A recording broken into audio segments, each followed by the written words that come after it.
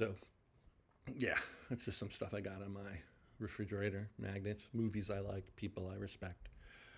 Um, Maybe not respect, but maybe. Anyway, um, so this is the end. Yes, yes, this is the end, my beautiful friends. At least for now. At least for now. I think a week of this, 10 pseudo podcasts, whatever this was, that's probably enough for me. This is not just going to be some like goodbye thing. I will have something interesting to say, I hope.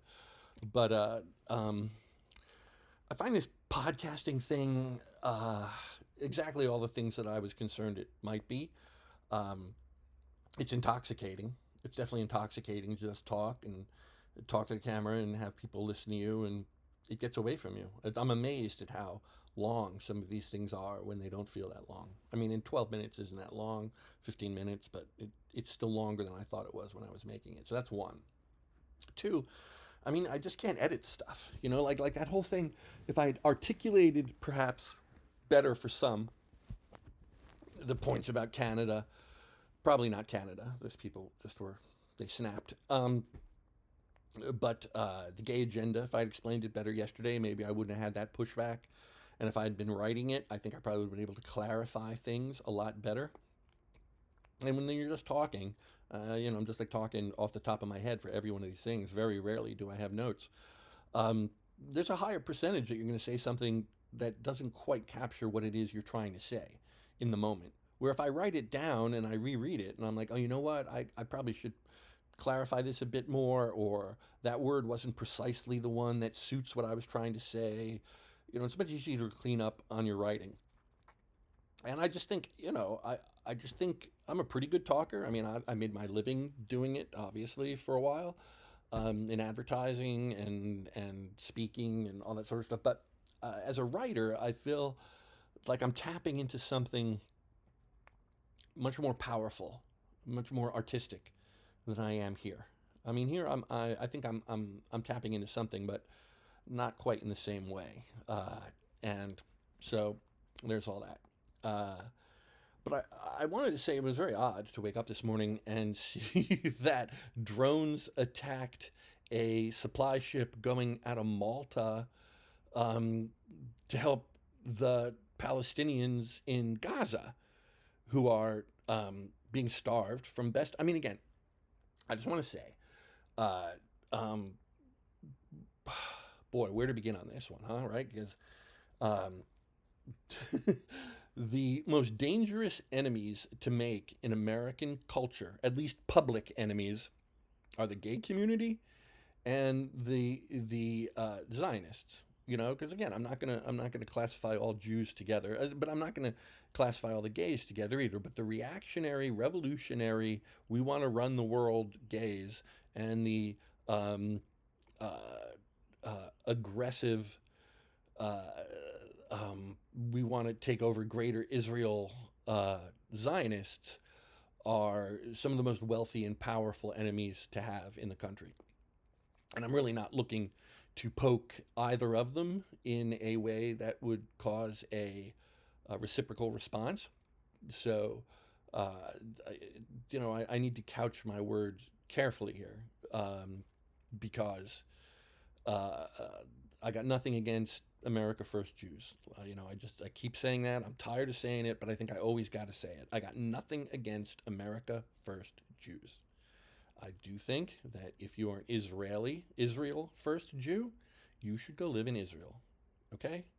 And I don't think it should be controversial or a declaration of war against anything to say that. I welcome all America First Jews to America. Please be my fellow citizen. I welcome you. But if you put Israel first, please go live in Israel. Okay? Sorry if you don't like that. I don't think that's unreasonable. And again, I welcome anybody to debate me on the subject if they feel differently. So, um, Malta. Malta was established by the Knights of Malta. And the Maltese people, or the Knights of Malta, pardon me, uh, fall under the Vatican, and maybe the Jesuits too. Although I don't know, I think they're their separate thing. Um, the peculiarities inside the different um, military factions of the Catholic Church.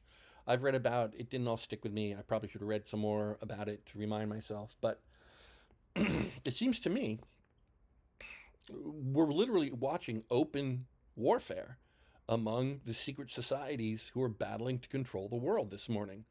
I think the Vatican, under its Knights of Malta arm, was sending supplies to Gaza to help the Palestinians because the Vatican is in conflict with the Zionists. And in the Middle East, you've got the Zionists pursuing Greater Israel, right? So, I mean, literally, we're watching this stuff break out into the open. You had drones from some unknown source, and maybe I'll be wrong, but it'll ultimately get tied back to Israel. I'll bet you dollars to donuts. There it is.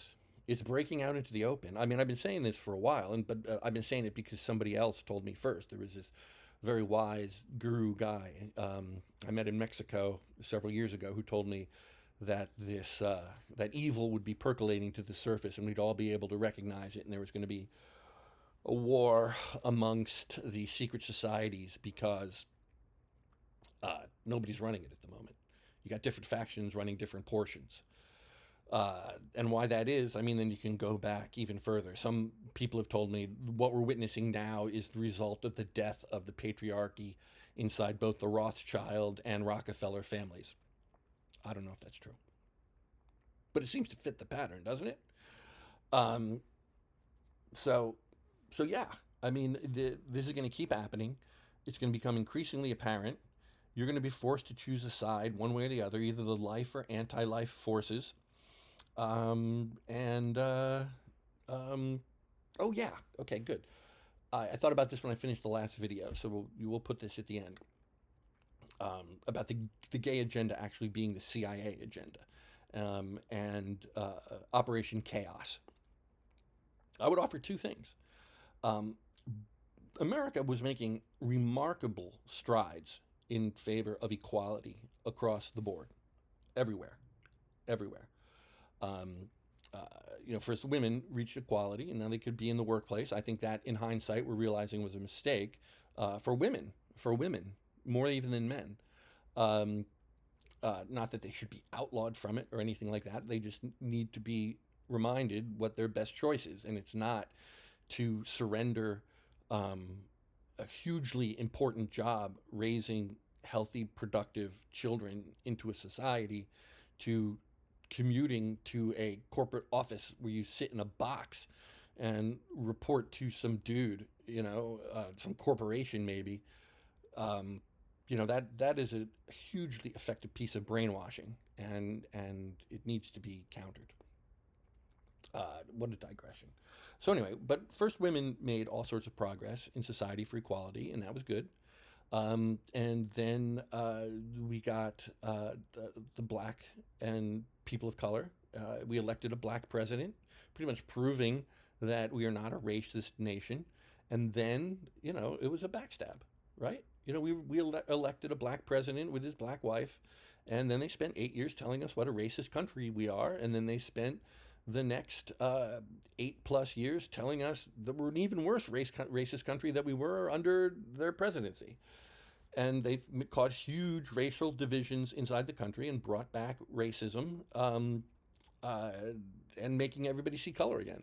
When America had not entirely transcended it, but really gotten past it, really gotten past a lot of it. And I would tell you, as a guy who's been around for 6+ decades, yeah, I saw it change for the better. Okay? I mean, it changed for the better.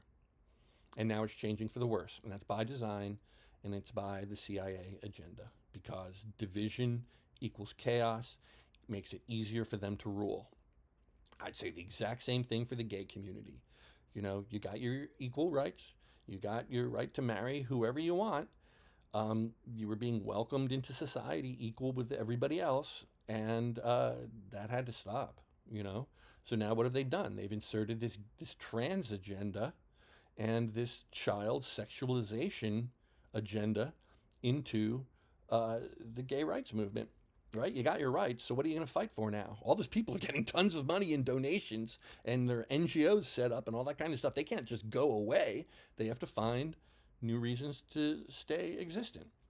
And those reasons require perpetual anger, division, chaos, and they prosper from that. And there you have it, you know?